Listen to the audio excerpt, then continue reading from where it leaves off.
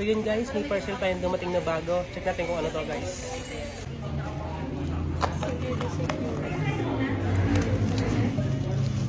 Aba. So, wait lang. Kita na agad eh. Pero, ito yung dumating guys. Ang different is hibiscus. So,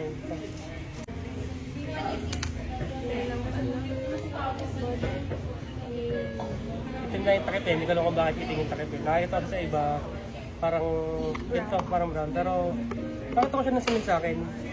Pero, maganda na yun naman yung black. Unique. Paradise. Angel Share Paradise. Try natin. First impressions. Hindi ako familiar sa Ako din. So, blind buy na blind buy talaga to. Blind buy malala. Maganda rin ako tumaisan. Ito muna.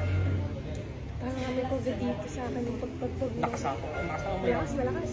Fruity na fruity. Ano to? Ano to is Angel Share Paradise. So, ano siya? Mas fruitier version ng Angel Share. So, opening pa lang fruity na agad. Tapos tsaka lumalabas yung sweetness niya. Kamay mo. Pero, bango niya. Anong rate mo yan? Anong rate mo? Rate ko sa kanya, hindi kasi ito pwede pang arawan.